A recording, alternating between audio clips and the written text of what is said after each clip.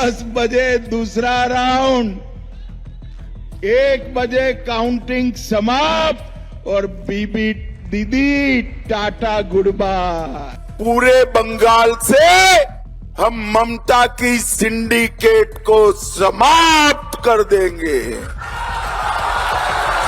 इतिहास गवाह है कि बंगाल की सत्ता के शिखर तक पहुंचना किसी भी गैर क्षेत्रीय दल के लिए एक असंभव स्वप्न जैसा था, लेकिन राजनीति के गलियारों में एक ऐसा नाम है जिसके लिए असंभव शब्द महज एक चुनौती है। ये कहानी किसी तुक्के की नहीं बल्कि आधुनिक भारत के चाणक्य अमित शाह के उस फौलादी संकल्प की है जिसने बंगाल की मिट्टी पर कमल खिलाने के लिए दिन रात एक कर दिया। पश्चिम बंगाल में बीजेपी साल 2016 की 3 सीटों से बढ़कर साल 2021 में 77 सीटों तक पहुंच गई। साथ ही उनका वोट शेयर भी तेजी से बढ़कर लगभग 10% से लगभग 38% हो गया। साल 2021 में बहुमत से कुछ कदम दूर रह जाने पर दुनिया को ऐसा लगा था कि बीजेपी का रथ थम गया है, लेकिन अमित शाह हार से टूटने वाले नेता नहीं बल्कि हार का विश्लेषण कर उसे जीत की नींव बनाने वाले शिल्पकार है।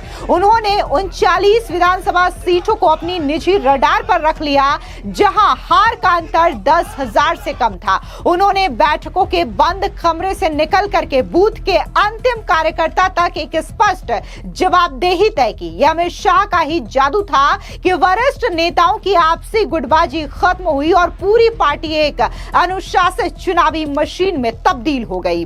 बंगाल में चुनाव का मतलब था हिंसा और डर, लेकिन अमित शाह ने रणनीति बदली। उन्होंने केवल वोट नहीं मांगे बल्कि मतदाताओं को सुरक्षा का विश्वास दिया। आज मैं भारतीय जनता पार्टी की ओर से कहकर जाता हूं, भाइयों बहनों, 4 मई को सुबह काउंटिंग चालू होगी। 8 बजे बैलेट बॉक्स खुलना शुरू होगा। 9 बजे पहला राउंड, 10 बजे दूसरा राउंड, 1 बजे काउंटिंग समाप्त और बीबी दीदी टाटा गुड बाय। एक लंबे समय के बाद बंगाल के अंदर सुशासन की शुरुआत होने वाली।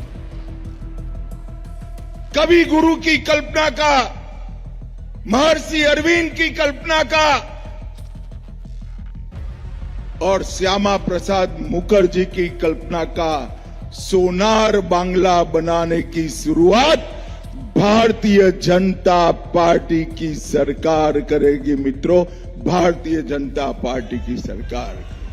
2407 सीएपीएफ कंपनियों की तैनाती और चुनाव के बाद भी 700 कंपनियों को वहीं रोके रखने का ऐतिहासिक फैसला अमित शाह की दूरदर्शिता का प्रमाण था। उन्होंने बंगाल के हर नागरिक की आंखों में आंखें डालकर कहा, निडर होकर के वोट दो, दिल्ली तुम्हारे पीछे खड़ी है। और नतीजा आजादी के बाद का सर्वाधिक 92.47% का मतदान। ये लोकतंत्र की बड़ी जीत है जिसे अमित शाह ने मुमकिन बनाया। आपको याद होगा कि अमित शाह ने बकायदा ये चुनौती और अल्टीमेटम टीएमसी के गुंडों को दिया और कहा कि टीएमसी के गुंडे जो हैं वोटिंग वाले दिन घर से बाहर ना निकले, वोटर्स को धमकाए ना, वरना 4 मई के बाद उन्हें उल्टा लटका करके सीधा कर दिया जाएगा। सारे गुंडे कान खोलकर सुन ले, 5 तारीख के बाद किसी भी नागरिक को परेशान किया तो उल्टा लटका कर सीधा करने का काम।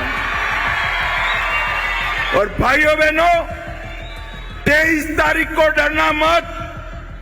और मैं ममता के गुंडों को भी कहना चाहता हूं, अगर अपनी खैर मनानी है तो 23 तारीख को पहाड़ वालों को हाथ मत लगाना, वरना 4 तारीख के बाद जेल की सलाखों के पीछे होंगे। जेल की सलाख। और इसी का परिणाम रहा कि ना तो टीएमसी के गुंडों ने वोटर्स को धमकाने का काम किया और ना ही वोटर्स के मन में टीएमसी के गुंडे को लेकर के खौफ देखने को मिला। और यही वजह रही कि मतदाता जो है वो बम्पर तरीके से उन्होंने मतदान किया।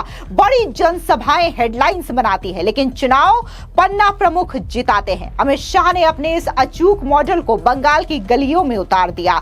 40,000 बूथ एजेंटों का सीधा समन्वय, हर कार्यकर्ता को 50 से 60 वोटर्स की जिम्मेदारी और पल पल की खबर रखने वाला एक सेंट्रल वॉर रूम। गृह मंत्री अमित शाह के इस चक्रव्यूह ने सुरक्षित किया कि एक भी समर्थक घर न बैठे। यह रणनीति नहीं, पॉलिटिकल इंजीनियरिंग का उत्कृष्ट नमूना था। विरोधियों ने बाहरी का नैरेटिव भुना तो अमित शाह ने उससे ही झटके से ध्वस्त कर दिया। उन्होंने साफ कहा कि बंगाल का नेतृत्व इसी मिट्टी का लाल करेगा। अमित शाह की माइक्रो टारगेटिंग इतनी सटीक थी कि मथुआ समुदाय के लिए सीए एक उम्मीद बना। उत्तरी बंगाल के गोरखा भाई बहनों को समाधान का भरोसा मिला और महिलाओं को 3,000 की आर्थिक शक्ति के साथ सुरक्षा का वचन मिला।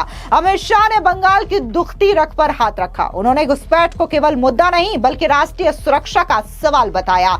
उनका तो गरजता हुआ वादा कि 45 दिनों के भीतर सीमा पर बाड़ लगेगी और हर घुसपैठियों को पहचान करके देश से निकाल दिया जाएगा। एक ऐसा बांग्ला होगा, ऐसा बंगाल होगा जहां माताओं बहनों को कोई भय नहीं होगा। इतने सारे दीदी लोग बैठे हैं, मुझे बताओ जरा, सालों तक संदेशकाली में बंगाल की माताओं बहनों पर एक घुसपैठिया अत्याचार करता रहा। बंगाल की महिला मुख्यमंत्री चुप रही। क्यों? क्योंकि वो घुसपैठिया था, टीएमसी का कार्यकर्ता था। आरजी कर, Calcutta law university, Durgapur law university दीदी के माथे पर जू नहीं रेंगती है और उल्टा कहती है कि 7 बजे के बाद महिलाओं को बाहर निकलने की जरूरत क्या है। दीदी आपको शर्म आनी चाहिए। एक महिला मुख्यमंत्री होकर आप कह रही हो कि 7 बजे के बाद क्यों बाहर निकलते हैं। सभी बंगाल की माताओं बहनों को मैं वादा कर कर जाता हूं, 5 मई के बाद एक छोटी सी बच्ची भी स्कूटी पर निकलती है, कोई गुंडा उसके सामने आंख उठाकर नहीं देख पाएगा, नहीं देख। जनता के मन में घर कर गया। भ्रष्टाचार के खिलाफ अमित शाह के कड़े रुख ने स्पष्ट कर दिया कि अब बंगाल में दीदी के सिंडिकेट राज की नहीं बल्कि सुशासन की सरकार होगी। आज जब रुझान 190 सीटों के पार है तो ये केवल एक चुनाव की जीत नहीं, ये जीत है अमित शाह के उस धैर्य की जिसने सालों तक उपहास सहा लेकिन अपना रास्ता नहीं बदला। ये जीत है उस संगठनात्मक अनुशासन की जिसे उन्होंने खुद सींचा है। 23 अप्रैल को कमल के निशान पर बटन दबा दीजिए, हमारे तीनों प्रत्याशियों को जिताकर भाजपा सरकार बना दीजिए। मैं वादा कर कर जाता हूं, पूरे बंगाल से हम ममता की सिंडिकेट को समाप्त कर देंगे। क्या स्थिति बनाकर रखी है ममता दीदी ने। सीमेंट लेना है, सिंडिकेट को कट मनी देना है। पंखा लेना है, सिंडिकेट बीच में आती है। ईंटा लेना है, सिंडिकेट बीच में आता है। बालू लेना है, सिंडिकेट आना है। सिंडिकेट बंगाल की जनता का खून चूसने का ममता और भतीजे का शासन बना हुआ है। मैं आज यहां पर कह कर जाता हूं, औंडा विष्णुपुर वालों, एक बार ममता को उखाड़कर भाजपा की सरकार बनाओ, सिंडिकेट को उल्टा लटका कर सीधा करने का काम हम करेंगे। भाइयों बहनों, 15 साल तक बांकुरा की जो उपेक्षा करी है, इसका हिसाब किताब करने का समय आ गया है। यहां से नौजवानों को पलायन करना पड़ा, किसानों को अपनी उपज का दाम नहीं मिलता। यहां के आलू किसान 20 रुपया किलो से ज्यादा रेट से आलू जाना चाहिए, 2 रुपया भी नहीं मिलता, क्योंकि ममता दीदी का अहंकार कि हमारा आलू हम झारखंड ओडिशा नहीं भेजेंगे, इसके कारण पूरे बंगाल के आलू किसान आज परेशान है। भाइयों बहनों, मैं वादा कर जाता हूं, विष्णुपुर वालों को भाजपा का मुख्यमंत्री बनते ही उसी दिन बंगाल का आलू ओडिशा, झारखंड और पूरे भारत में जाएगा।